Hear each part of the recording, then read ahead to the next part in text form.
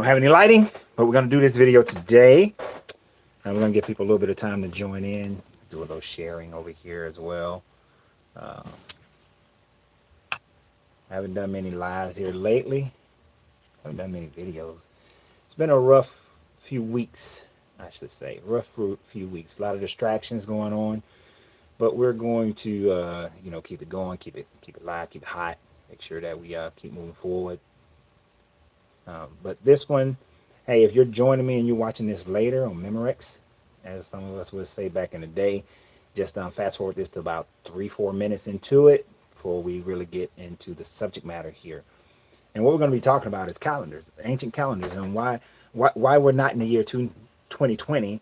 What does it mean, and the mindset of people, and deeper understanding of the systematic control that is placed over us. So I'm gonna really focus in on that.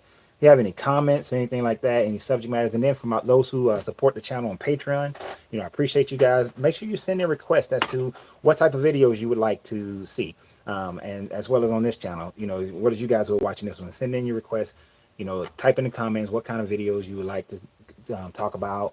I'm gonna tell you a quick little story thing today. Interesting type video that I may do at a later date. So a gentleman today came in and asked me about my unk, and I explained it to him. And then after I explained it to him, he wanted more information. He's asking me more information about more stuff, and it gets to a point where he's asking me about how does the unk fit into the biblical narrative. And I told him that it really doesn't. It doesn't fit into the biblical narrative. It's not part of it. And he asked me why and asked me about it, more information. And I told him the fact that, that the Bible, because the unk is older than the Bible, than the Christian Bible, and the Hebrew Bible for that matter. I told him that, those stories were taken from the Sumerians, and the Sumerians and the Egyptians understood this symbolism of the unk, the everlasting life, the womb of the woman, the combination of the masculine and the feminine, the higher vibration. So it's older, and the Sumerian and the Hebrew stories are taken from the Sumerian stories. So, what's interesting is not the fact that we talked about that. It's the fact that he got mad. He got mad about it and started getting angry. And my thing is if you can't handle information, then you shouldn't ask about the information, right? Like, keep it to yourself. Keep your questions to yourself if you can't handle the information. Let me do a little sharing here. Didn't know I can do it directly from this thing. It may freeze for. All right.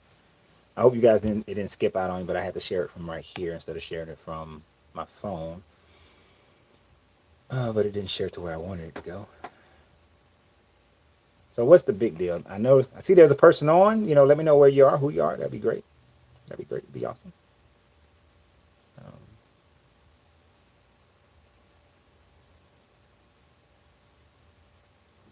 So let me edit this so that people know.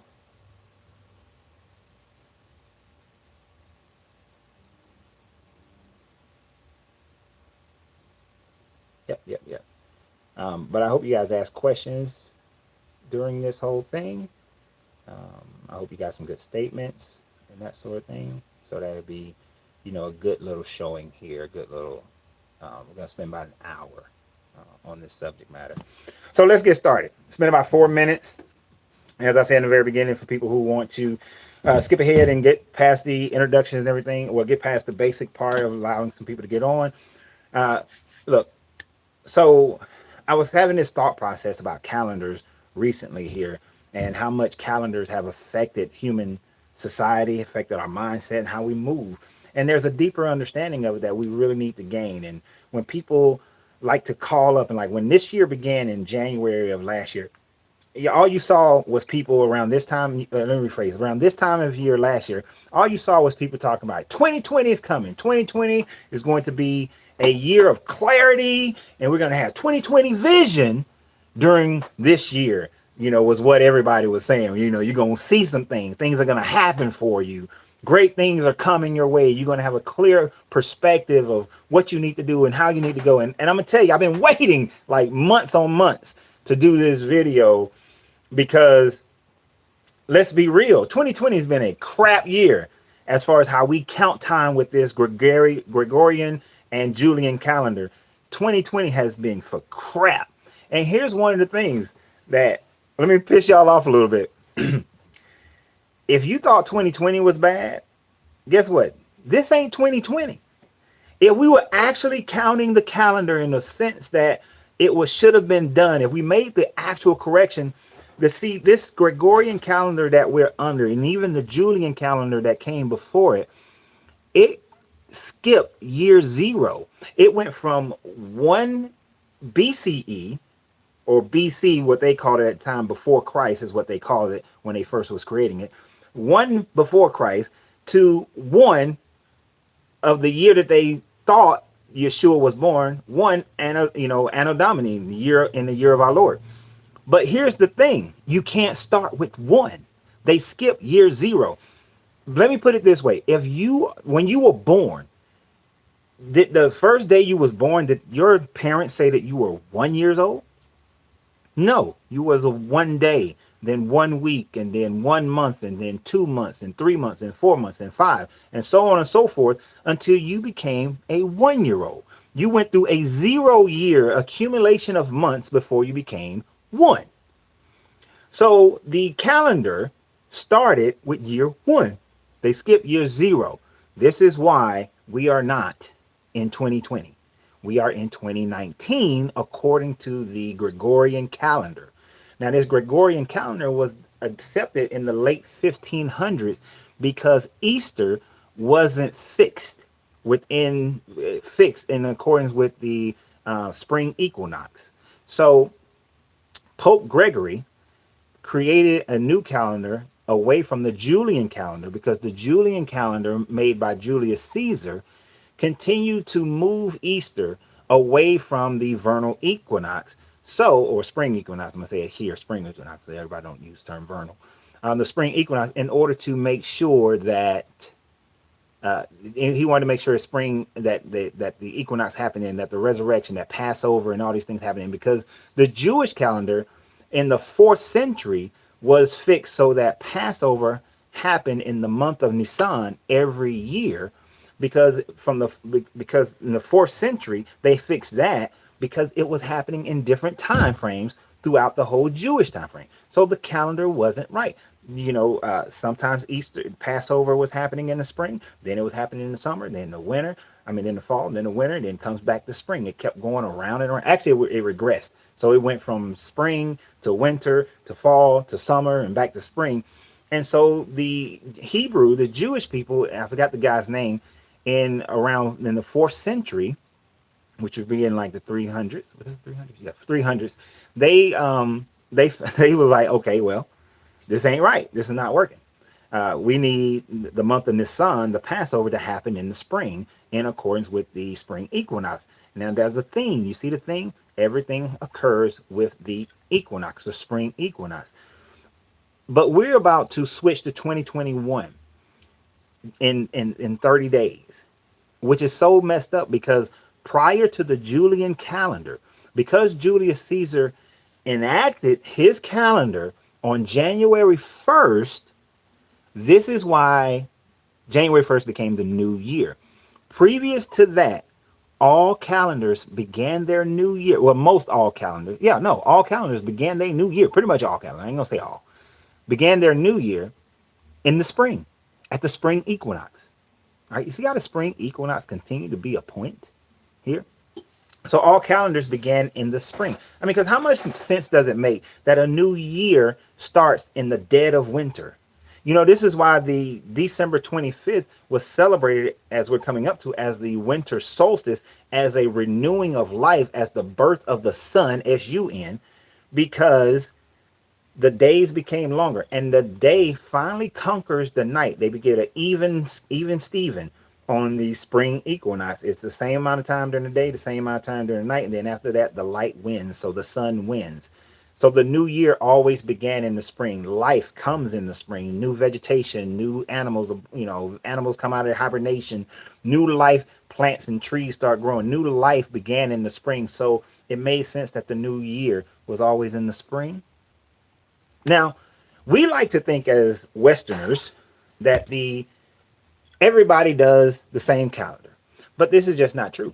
The Balinese people, they utilize a calendar that doesn't have 7 days. It has some months it has one, some weeks have 1 day, some weeks have 2 days, 3 days, 4 days, 5 days, up to 10 days in a week. The Julian calendar had 10 days in a week. The Ethiopian calendar had 10 days in a week. The Egyptian calendar had 8 days in a week. So this 7 days in a week has not always been the norm. It is the Babylonians who were the first to have a 7 day calendar. Most calendars followed the lunar calendar, which had 23 and a half days in a month. So it doesn't even have weeks. They had just 23 and a half days and then the next lunar cycle. 23 and a half days and the next lunar cycle. And the Chinese calendar is still based on that. Now, the only reason the Chinese calendar and most Chinese people utilize a Gregorian calendar is because they do business with Western people. The only reason why Muslim people use the Gregorian calendar is for doing business with other people. But the Chinese calendar actually has us in the year 44,700 and some change. The Muslim calendar has us in the year 1441. And the Ethiopian calendar currently has them in the year 2012 because there's a 7 year difference. And the Ethiopian calendar actually begins, New Year is September 11th or 12th, depending upon whether it's a leap year or not. So this idea of our 365-day calendar, that the year is 2010, the year is 2020, 2020, is a misnomer of time, of calculating time. But we all take a group mindset, a group think into agreement that that's what the year is. It is easier. Yes, the earth is like probably 4.5 billion years old. And we're not going to put on there, it's November 1st, 4.5 billion and 212 or something like that. We're not going to do all of that. Of course, we're not. That's foolishness. We would change. And 10,000 years from now, I'm sure there will be a restart of the years or something of that nature. Something will happen that the calendar resets and restarts and the year resets and restarts. So all this idea of 2020 and clearer vision is really just a mindset that we take. It's just a mindset that we take. And that's the heart of this whole video. If you don't get nothing out of this video at all, take that. Is that regardless of what we have decided or what is correct or what is not, the only thing that's really correct is you. Is you. If you thought this year 2020 was going to be your year of clarity, year of vision, and let's say you got some, like, I'm not going to lie, I got some clarity in this year. But hell, I get clarity every year. And we're going into the next year, so-called 2021, but I never celebrate New Year's as a new year. My new year will be at the spring equinox. If you follow my Facebook pages or YouTube channel, you know that when the spring equinox, well, summer solstice happen, I tell y'all happy summer solstice. And then when the spring equinox happen, I tell you guys happy new year for the earth. For the earth, happy new year at the spring equinox. Because my personal new year starts every October 15th, which is my birthday. It's the day I was born, my born day, my solar return. And even at that, I know that October, if you think about it, think about this. Have you ever thought about September is the 9th month, right? September. Sep for 7. Timber, 9th month. October, 10th month. All right. But September is this 9th month. How is that possible? Well, the reason why, because September had already existed as the 7th month, but when the Julian calendar came into place, Julius Caesar added June and July. He added June and July. Smooth you October 17th. All right, that's what's up. Same time frame. Born in the solar house of the sun was in Libra when you was born, as it was for me.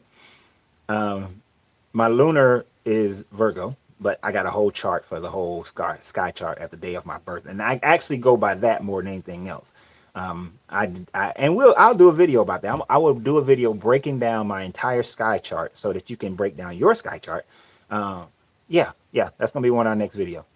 Yeah, that's gonna be one of my next video. We're gonna do that. So if you haven't subscribed yet, go ahead and hit that subscribe button so that you can be a part of that. Coming up real soon, because we're gonna be doing a lot more videos sooner. But the overarching idea here is time is an illusion. Time is truly an illusion. The fact that we believe that we can count for time. I mean, think about it. We say that there are 24 hours in a day and our clocks are set for 24 hours in a day, but in actuality, there's 23 hours and 56 minutes in a day. And then even our clock is based on the prime meridian, right? Is this all really true? Yes. You can go look it up. This is, was Amar, I'm saying, I'm gonna say that wrong. Amareldra. Yes. Go and you can research it. The Chinese calendar is in the year 44,700 and something. The Ethiopian calendar is in 2012 because they believe Yeshua was born 7 years post what the Gregorian calendar said. The Gregorian calendar didn't count for year zero. It's not hard. You can Google that and find it really easily.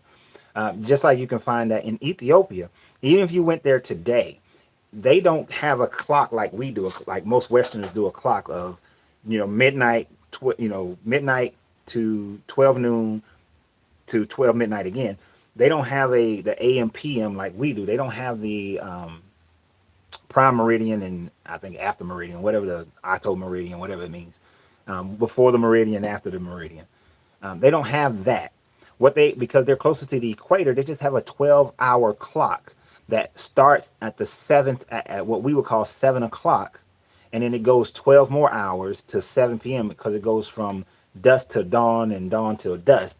And because it doesn't really change that much as far as their year, as far as their day, because they're so close to the equator, they have never adopted this 12-hour clock that we do based on midnight and noon. So if you go there and you're looking at and you're thinking that, oh, it's 7 p.m. your time, it may actually be 1 for them, 1 o'clock for them, because it's different. But yeah, go. I tell people all the time, never take my word. Go and research stuff for yourself. What you're talking about. The rabbit hole goes deep.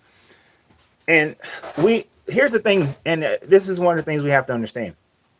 We walk around generally just accepting whatever we are born into, whatever society has said, this is our life, and this is how things work, and this is just what it is. But we rarely ask questions as to why. It doesn't matter that, and many of us get caught up in the how and the what of things, but we don't look at the why. Why is a thing such a thing? Now, if they wanted to make sure that Passover kept happening at the month of Nisan, and they wanted to make sure that the resurrection happened at the spring equinox, and they wanted to make sure that the month of Nisan was always at the spring equinox, you have to ask the question, well, why? Why is it so important to keep these traditions at the spring equinox? If the point of the resurrection is the fact of the resurrection, if the point of the Passover is the fact of the Passover, then it shouldn't matter when it happens in the year. I at least respect the Muslims because Ramadan changes every goddamn year. They don't care about the months switching in accordance with the season. It's just the holiday is the holiday. The time for fasting is the time for fasting. They really don't care. I can at least respect that. But what I cannot respect is the fact that they decided to keep it at this astrological point. And if astrology was so important, then why is it demonized today? Why do you allow for it to be demonized in your understanding, in your study, in your perception, but yet they continue to use it? Why was it important for Queen Elizabeth to have John Dees and have other astrologers and what we would call witches prophesizing and working for them and determining whether they should go to war and what treaties they should sign and how they should function in governmental areas, but yet you're told it's evil, it's something to stay away from? Why? You got to ask the why of it. And if there's a why, then, and they're doing it, there's a power behind it. There's a power behind it. And that's what the undertaking is, right? And we need to be able to figure out and understand how to utilize these things for ourselves. I don't do and that's why we're going to do a whole nother video, because I don't have my book with me. I don't have my my own journal with me. At least I don't think. No, I don't have it with me. Otherwise, we would go into it right now, but I'm going to save that for the next video, in the next live. But I make certain decisions based on the movement of the stars and the sun and the moon and other planets and all these things, but based on my personal star chart, right? Based on my personal star chart. And if you're not looking at it based on your personal star chart, I could care less about when you go online and you see somebody say, oh, if you're a Libra, then blah, blah, blah, blah. That doesn't matter, because the thing about it is I'm a Libra of my solar house, but my lunar house is Virgo. And then for certain other houses, there are, like that one that deal with money and this sort of thing, there were certain planets in those movements. And so when those planets are in retrograde and that sort of thing, I take those into account, as I move, as I vibrate in this universe. And if you don't recognize that that's important, then you should stop reading all your books. Why are you a Libra? Because at the date, at the moment of my birth, the sun was in Libra. The sun was in the house of Libra. That's the only reason that, but that's my solar. That's my solar. The moon was in Virgo. And then all the other planets and stars were in different other places and different houses that have different representations. And that's why we'll save that for another video, because I don't have that with me. Like Einstein would say, you write things down so you don't have to memorize all of them. And that's something that is too much to memorize and keep focused on. It's too much that I'm going to take the time to memorize, I should say. It's not too much to memorize, just I'm not going to take the time to do so. But the question is, why did these people of power make use of something that they tell you to stay away from? We have to ask that question of why. Of why. Why? Because these things matter. They all matter. They kept the resurrection at the time of the spring equinox because it has a symbology to the people of resurrection, of new life coming. Now, to the Egyptians, the winter solstice held all the meanings of the birth, the death, 3 days in the grave, and the resurrection, all at the same time, all within a 3-4 day span. It all happened right then. But what became the Catholic Church expanded that all the way through to meet up with Passover, so that they can keep that connection with the Old Testament and the New Testament. The Hebrew Bible and the Christian Bible would marry up, and then they can keep it all, synchronized together. I meant why as in purpose. Why did you become a Libra and not a Gemini? Is there a meaning? I don't understand what you mean. Why I became a Libra and I'm not a Gemini. Gemini. I have to look at my star chart to tell you what house Gemini was in when I was born. But my lunar was Virgo. My solar is Libra. Yeah, I don't have it on my laptop, so I don't even know why I'm looking over here. So it's not something you become. It's just when you were born. And yes, there is meaning behind it. There is meaning behind it. I, at one point, threw all that stuff away. Threw all the way. I was like, it's a bunch of BS. But then I started asking the question, why does these calendars and the time frames of these calendars, and why did, when I started understanding Hermetic laws and that sort of thing, why did all these people in alchemy, why did all these people of power have what you would call sorcerers about them? Why would they have them with them? Why would they lean on their understanding of the stars in order to make all these decisions? And so when I started asking the question why, I realized that it served a certain power play within their life, right? And exactly, why do they keep recording it, right? Why would you keep recording those things? Why does it matter? They evaluate when a child is born. Star chart is made at the birth of that child so that they can determine how to raise that child. Did you realize that many of these powerful people throughout history, once a child was born, they used the star chart to determine how to raise this child to the greatest level of prominence that they can get the child to. Queen Elizabeth did this big time. Julius Caesar did this. Cassius Pompey. A lot of these people did that. The Spanish royal crown with Charles V, they all did these things. But not just Europeans. The Chinese dynasties did so. The Zulu nation did so. The Mali nation did so.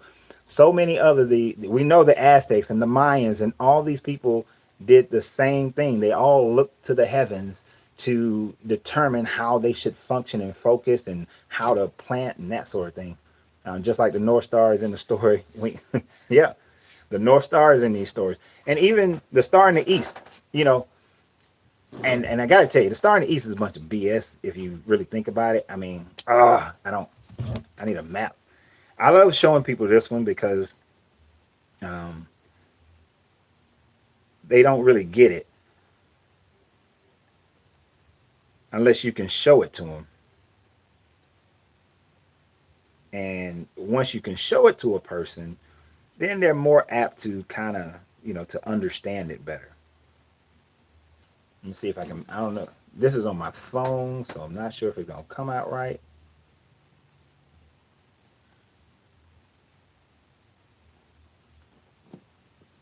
But what I want you to think about, the story of the birth of Yeshua. I usually do this when I do my Wise Man Follow the Star. Makes more sense now. Yeah, but there's a problem with that entire story. There's a problem with that entire story. I usually do this talk about this when I do my winter solstice video, but that entire story is different. It has a whole new meaning to it that most people don't get. Now, they say there was three wise men. That's what they say, three magi, right? And these three magi were in Persia. Okay? I'm going to hold this up so you can see it. These three wise men were in Persia. That'd be like Iraq. All right. Now, this may be backwards to you. I'm not sure. They were in Persia. And according to the story, they saw a star in the east. And they followed this star in the east to Jerusalem. So Iraq is here. Jerusalem is there. Right? Now, I want you to think about it. If you're in Iraq and you go east, how do you go to Israel? How can you possibly go to Israel? If you're in Iraq and you go east, you're gonna go to Iran. You're not going to go, right, it's esoteric. It's even more so than esoteric. I'm gonna tell you a whole bunch about it in a minute. You're not gonna go east. Going from Persia to Israel, you got to go west. And then they went to Jerusalem and they talked to Herod. And Herod told them, hey, when you find a little baby, let me know. Now, if you've been to Israel, you will know that Jerusalem sits northeast of Bethlehem. So in order for them to follow the star in the east out of Jerusalem, and they followed it in the east, if it's in the east, then they would went to the coast. They would have went to like Tel Aviv, right? Modern day Tel Aviv. They would not have went to Bethlehem. That's south. It would have been southwest of Jerusalem. So that's not what the story is actually talking about. It's an Egyptian story that they're telling you. They're taking the astrological information from the Egyptian story to teach you, and they're stealing it. Because what you have is Orion's belt, which was called the belt of Asar or Osiris, has three stars. So three wise men. At the day of the winter solstice, the three stars of Orion's belt, Asar's belt, point towards the star Sirius, which it was at that time frame the womb of Isis, the womb of Aset. So the belt, penis, of Osiris, which represented by three stars, points at the womb of Isis, which on December 25th point directly to where the sun will rise. Right? Now that star, Sirius, is called the star in the east. It's called the star in the east. It's also called it's the star in the east. Right? So it points straight at the star in the east, the womb of Isis, to where the sun will rise, where the sun is born. Horus, the son Horus. So the father, the mother, and the son, the Egyptian Trinity. So the three wise men following a star in the east is the three stars of Orion's, of today what we call Orion's belt, pointing at the star Sirius, which is the now the Canis Major, the primary star in Canis Major, to the rising of the sun on December 25th. Now, mind you, when they took that Egyptian story and made it into their own story of coming to an understanding of the three wise men, that's all it is. It's astrological. It's an impossible. That's why today they try to say, oh, it was some people try to say it was a comet. It might have been a comet that they were following. Sorry, it wasn't a comet. It's an Egyptian story of understanding the summer solstice to understand the sun finally dying dying near the Southern Cross in the sky, and then being on the 23rd or 22nd of December, being setting in the same spot for 3 days, meaning it died and it was in the grave for 3 days, and then it went 1 degree north on the 25th. So it's now starting to gain on the darkness, starting to win over the darkness. So he beat the grave, he beat the devil, he beat his uncle Set, and is now gaining life. And so until it gets to the spring equinox, and then the spring equinox is when we have the day finally defeats the night. It's I don't know why when I don't know why YouTube be doing this. Like I be getting going, and then YouTube would just try to shut me down. It doesn't matter where I am. It doesn't. I used to think it was a Wi-Fi at other places. No, I don't know. Maybe YouTube just don't like me no more. But yeah. So it's all astrological, and if they've hidden all this astrology within your books, and you can find the same type of astrology within the Quran, you can find it in the Vedics, the Tao, the Bhagavad Gita. You find all this astrology and all this understanding. Now the Mesoamericans and Native Americans, they just had it outright. The Mayans, the Aztecs, the Olmecs, they just told you straight up. The sky people and the stars and the alignment of the stars. It was no, let me just try to fake it out here and there. They talked about their ancestors, the whole deal. But all of this stuff is for you to, we need to go back to. We need to get an understanding of in order for us to function better. At the beginning of this video, I said that I've, had some things that I was been dealing with over these last 6 months or so. But in all those dealings, one of the things that I've consulted is my star chart, and consulted, my own stars as to how I should function. I no longer, I had to go back to myself. And it's funny, I was watching this show, and this show reminded me of how a guy in the show lost himself. But then he went through a trial, and then in order for him to refocus and and become a champion, he had to re-find himself, to get past all his anguish and all the issues. And so, for me, I had to go do the same thing. I had to go find myself again, get back on track to who I am and how I function. And quite frankly, consulting the stars is one of those ways that I function. And if people don't like it, here's the thing about it. I don't care. If people disagree with it. Here's the thing about that. I don't care. And you can't care. You can't care about what other people think concerning how you're going to move in this environment. When you look at these calendars, don't get caught up in the fact that it's 2020. It's not. If you're going by that. If you're going to go by the Gregorian calendar, then get a year zero and realize that you're in 2019 right now. But understand that your 2020 doesn't start until the spring equinox. So if you're going to go by this change of from when the Romans decided to convert to Christianity, and then convert their calendar to match the Jewish calendar and Christianity at the same time, if you're going to use that, and it's all a state of mind. You can choose to use it or not. It's all a state of mind.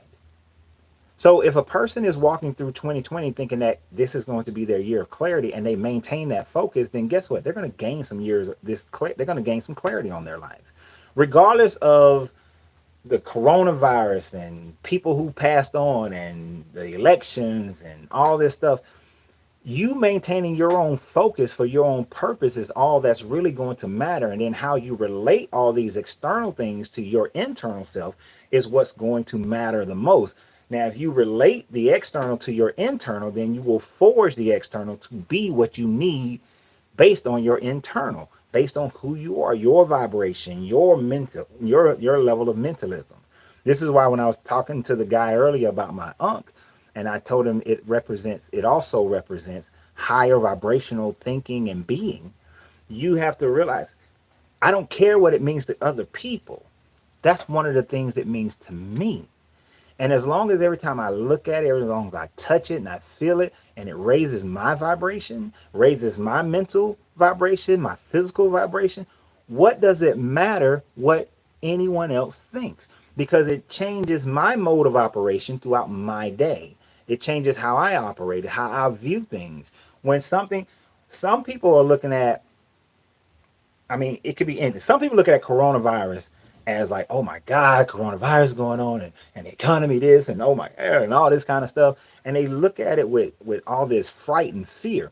But because I function in a state of saying that there is no fear, there's absolutely nothing for me to be fearful of, that my base chakra, so to speak, because I use the chakra system to come to understandings of things, that everything is going great. Pierre Louis. I ain't seen you in a while, man. But as long as I use my base chakra and I know that I'm not functioning in fear, that my energy, my security in life is not based on me functioning in a fear position. You see, if I'm just deciding that I'm going to make moves and do things in order to avoid pains because I fear something, then I'm going to actually find myself in the situation that creates the pain, and then I will be manufacturing my fear, and I'll be trying to fight against it. I'll give the idea that I'm fighting my fear. I got to fight against this, but in reality, I'm functioning in fear. I'm still functioning based on fear instead of functioning based on security, based on knowing what I know and my knowing of who I am. So because I don't do that, when I see the coronavirus, many people said, you're going to open your gourmet popcorn shop, you're going to open a location during coronavirus? Well, hell yes, I sure am. I was seeing that everybody was locked inside. That people didn't they was we weren't going anywhere back in March. You know, we stayed in the house in March and February, April. We were staying in the house, and I knew Americans especially, you're only going to take it so long. So I consulted my sky chart, my star chart, and I was like, you know what? Now's the time. So I opened up in June, and I opened to gangbuster of business. A gangbuster, because I knew that from March and then somewhere in June, July, the people would explode and be like, I got to get out. I got to do something. I got to have a little bit of something. I might not go full fledged, but I'm going to go get something to give me some joy and happiness.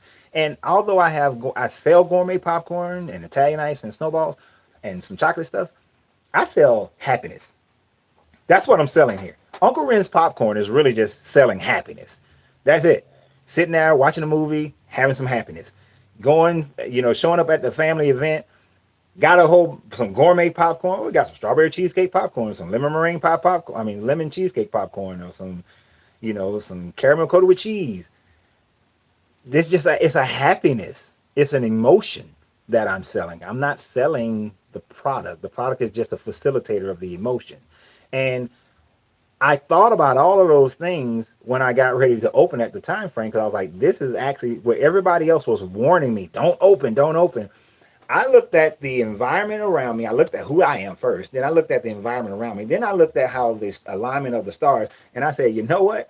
No, this is the perfect time for me to open. And bam, happiness. Do you know that most people who become millionaires, it happens during recessions or depressions?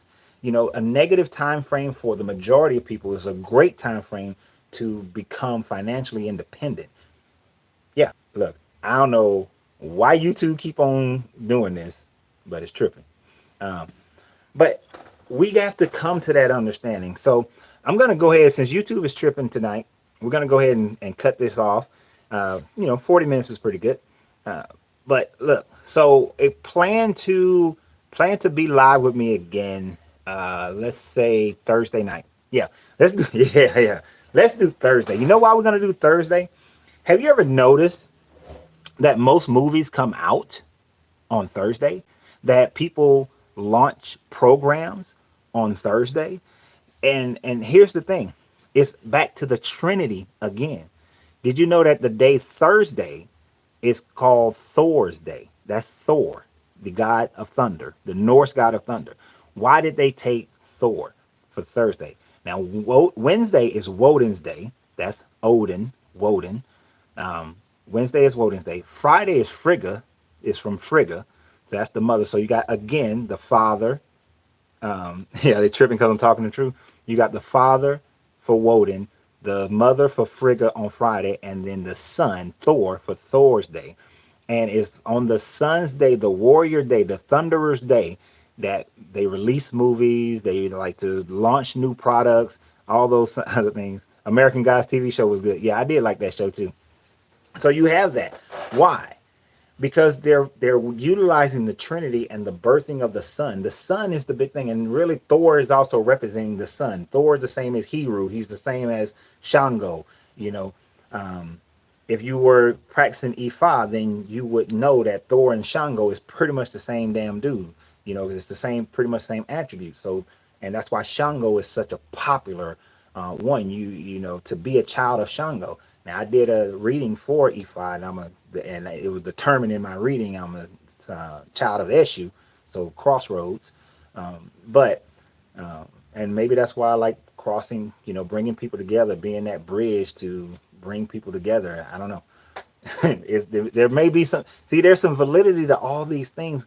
You know, we just have to sift away the periphery, you know, all the stuff that man has crapped onto it and say that, okay, if I'm a child of Eshu and he represents bridges and crossroads, and that's been my mentality for as long as I can remember, then there's some validity to it that all these things we're affected by. But yeah, we're going to do this on Thor's Day because from the Sumerians, we got the 7-day week. And especially the Babylonians, and they gave it to and that was picked up by the Hebrews. But the reason why the week starts on Sunday is not because of Constantine, it's because of the Babylonians, who the sun was on Sunday, first day of the week. The moon was on Monday because they saw 7 heavenly bodies. So the sun, the moon, Tuesday is Mercury, then Wednesday was Venus for the Sumerians and Babylonians. Thursday was Mars, Thor, or Thunderer, fighting. Mars, you know, god of war. Jupiter was Friday, right? And then Saturday was Saturn, right? Which the Babylonians are the first one historically that we have evidence of that said, keep that day holy, and it's for the worship of Saturn, who became Baal, who became Baal, who became El, who became Jehovah, and El Shaddai, and El everybody else, who was married to Asherah. So that when the Hebrew walked away from, that's why you look at the Hebrew Bible, they'll say, you know, El and his Asherah. And now they're trying to say, oh, that just was a weapon or something like that. No, that Asherah was Baal, and Baal's wife was, you know, in the Babylonian. But that's where the 7 days come from.